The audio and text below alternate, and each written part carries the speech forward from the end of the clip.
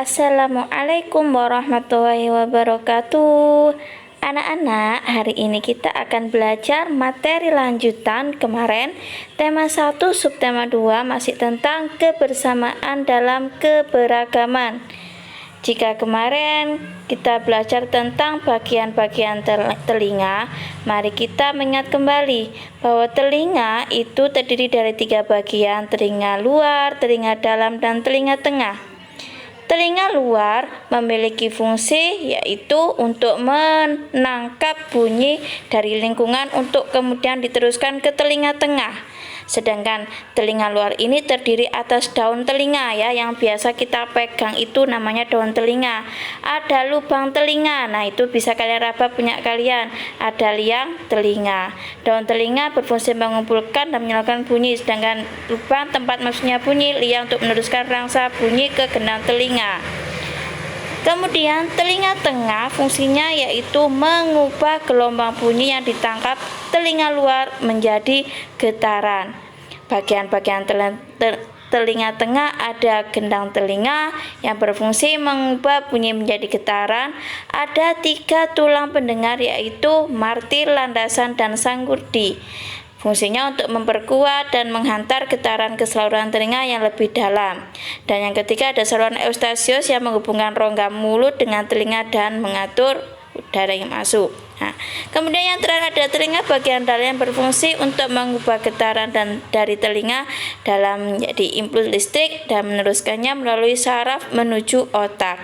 Ada 3 bagian telinga dalam, ada 3 saluran setengah lingkaran menjaga keseimbangan tubuh, tingkap oval atau jor untuk meneruskan getaran ke rumah siput, dan yang ketiga ada rumah koklea yang mengubah getaran menjadi impuls dan meneruskannya ke otak. Itu ya gambarnya telinga bagian dalam ya anak-anak ya. Kemudian bagaimana cara kerja telinga itu bisa kalian simak kemarin di buku kalian. Cara kerja telinga yang pertama, ketika suara masuk ke dalam telinga dan ditangkap oleh gendang telinga, getaran gendang telinga diteruskan oleh tulang-tulang pendengar menuju ke ujung saraf. Oleh saraf diteruskan sampai ke dalam otak hingga kita dapat mendengar. Nah, bagaimana kita harus melindungi telinga tadi? Karena tadi ada saluran eustasius, ada rumah siput, ada saraf-saraf, dan ada gendang telinga. Cara merawatnya yaitu yang pertama, jangan suka mengorek telinga ya. Nah, terus bagaimana cara membersihkannya? Kita baca dulu. Jangan mendengarkan suara terlalu keras, itu bisa merusak telinga kita atau sakit ya. Jangan membiasakan menggunakan air candle atau cotton bud. Kemudian rutin memeriksakan telinga. Nah, jadi intinya kalau kamu mau membersihkan telinga itu lebih baik ke dokter ya. Nah, tapi kita cara melakukannya, nah, nggak apa-apa membersihkan, tapi harus dengan cara pelan-pelan seperti itu ya. Masih ingatkah kalian tentang pengertian kerjasama? Kerjasama adalah melakukan pekerjaan secara bersama-sama. Apa manfaat kerjasama? Yang pertama, pekerjaan menjadi ringan, pekerjaan cepat selesai, dan dapat memperkuat kerukunan. Memperkuat kerukunan ini bisa jadi tali silaturahmi, keberagaman yang ada, dan lain-lain ya. Kemudian apa saja contoh kerjasama? 1. Bergotong royong di kampung. 2. Kerja bakti membersihkan kampung. Yang ketiga, piket kelas. Keempat, menari kelompok dan bermain bangkit kelompok. Itu sudah dipelajari kemarin. Sekarang coba kalian simak di buku tema, kalian buka halaman 110 ya. Di situ ada sebuah paragraf yang berjudul "Perbedaan bukanlah penghalang". Saya bacakan, kalian simak ya. Tidak seperti biasa, hari Minggu ini sekolah terlihat ramai. Hari itu semua siswa diminta datang ke sekolah untuk menghias kelas masing-masing. Hari Senin akan diadakan lomba menyambut hari kemerdekaan. Bapak Kepala Sekolah berpesan tiap kelas harus terlihat unik dan dengan kreasi anak-anak. Udin dan teman-teman sekelasnya juga datang ke sekolah. Pembagian tugas menghias kelas setelah dilakukan Udin dan teman-teman di hari Jumat yang lalu.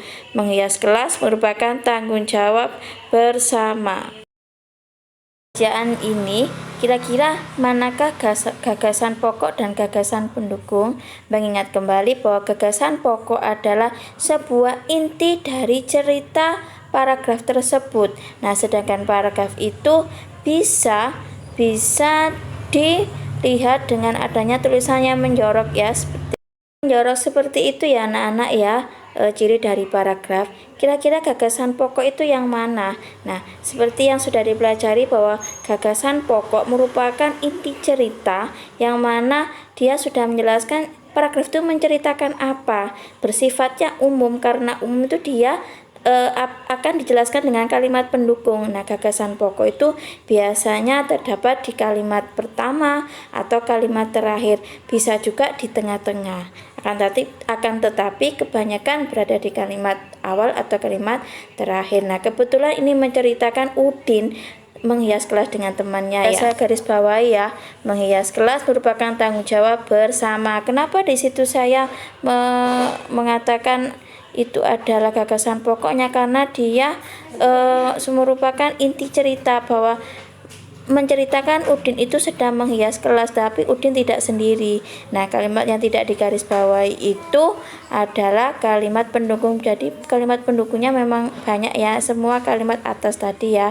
Nah, sekarang coba kalian nanti mencari gagasan pokok dan pendukung bacaan di halaman 110 sampai 111 ya.